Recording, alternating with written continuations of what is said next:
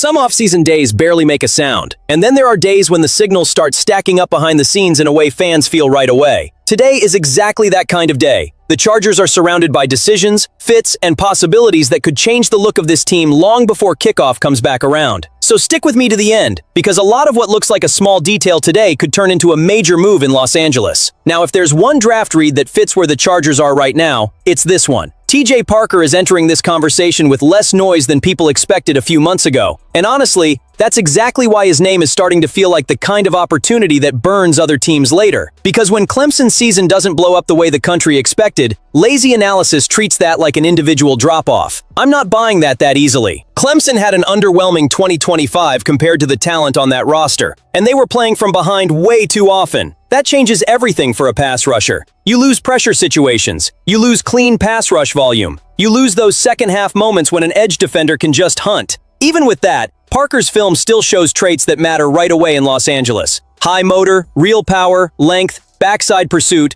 and the kind of edge he brings even when the play looks over. And this is where it gets really interesting.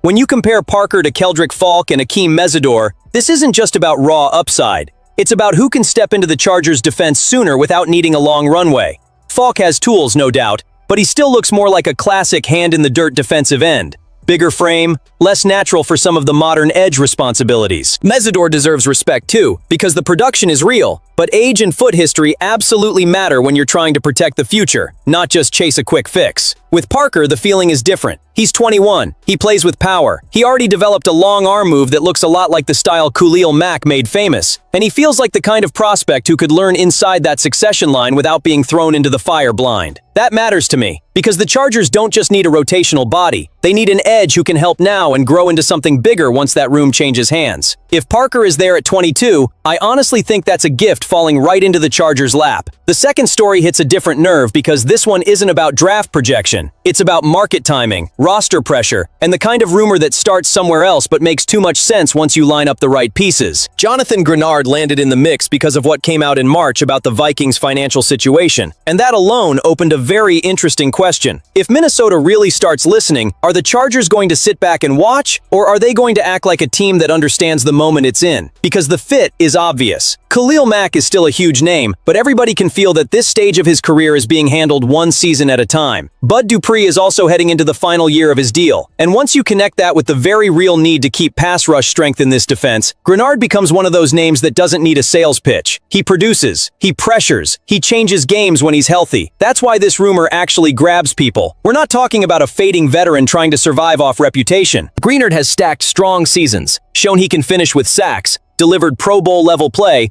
and even in an injury-affected 2025, he still flashed real pass rush efficiency. For a team trying to stay competitive while also avoiding a future hole on the edge, that kind of profile carries real value. This isn't empty smoke. This is a name that matches a real Chargers need. Now, the tricky part is the money. His 2026 cap hit is heavy, and that's exactly the kind of pressure that makes a team at least listen, even if they're not eager to move a player. Kevin O'Connell said on March 30, 2026, that he expects Greenard to be part of the team, and that matters. This doesn't feel like a team trying to dump him, but NFL off-seasons live in those half-open doors, in conversations that don't start with desperation, but with math. And if there's one team that should at least be tracking that seriously, it's Los Angeles. Because sometimes the jump doesn't come from the obvious move. Sometimes it comes from the behind-the-scenes swing nobody wants to call too early, but the one that solves a problem before it turns into a full-blown need. If this rumor starts getting louder near the draft, I want the Chargers paying attention. Very close attention. In the middle of all the talk about reinforcements, rumors, and the draft, this third story lands differently because it touches maybe the most sensitive part of the entire offensive plan. The return of Rashawn, Slater, and Joe Alt. And honestly, I still think a lot of people outside this building don't understand how big this is. When Joe Ortiz said on Thursday, April 17, 2026, that both guys are ahead of schedule, it didn't sound like front office filler. It sounded like a real update that gives this offensive line some hope again after getting hammered in 2025. Alt made the Pro Bowl even though he only played 6 games before the ankle injury ended his season. Slater dealt with something even heavier, a ruptured patellar tendon during training camp. That's not small. Those are 2 losses that wreck protection, consistency, depth, and even the way an offense calls a game.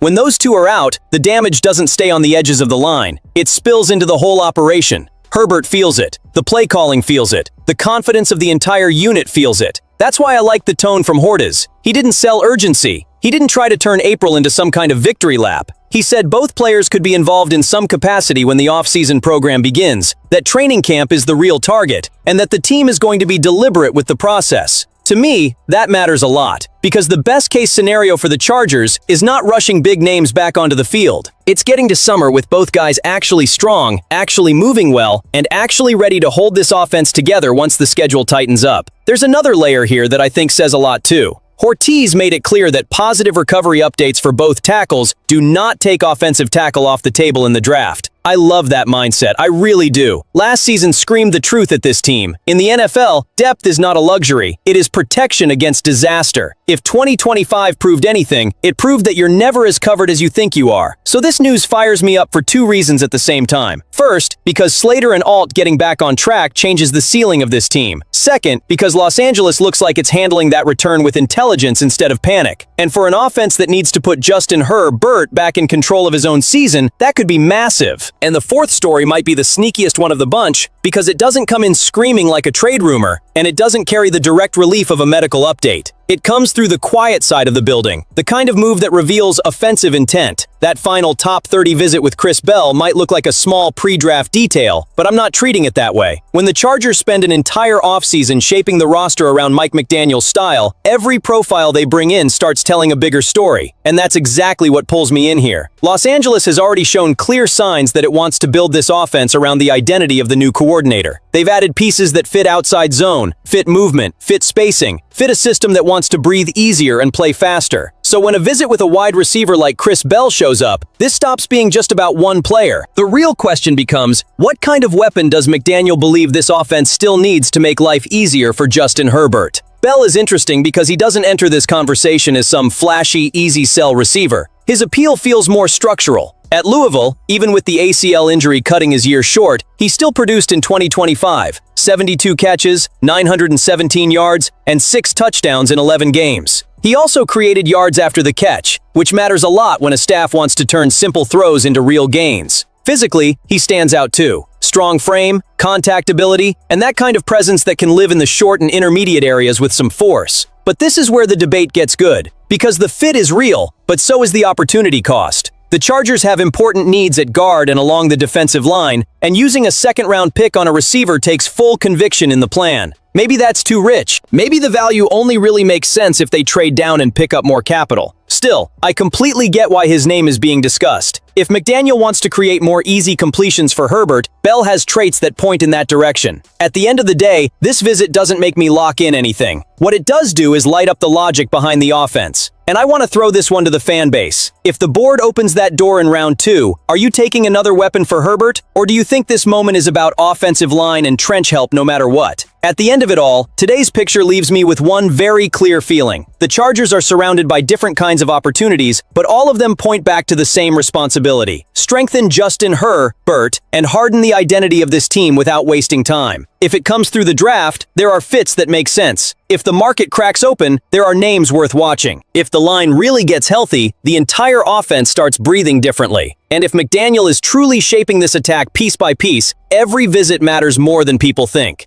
Now I want to hear from you. Which one of these 4 stories has the best chance to change the direction of Los Angeles? Drop your take in the comments and tell me why.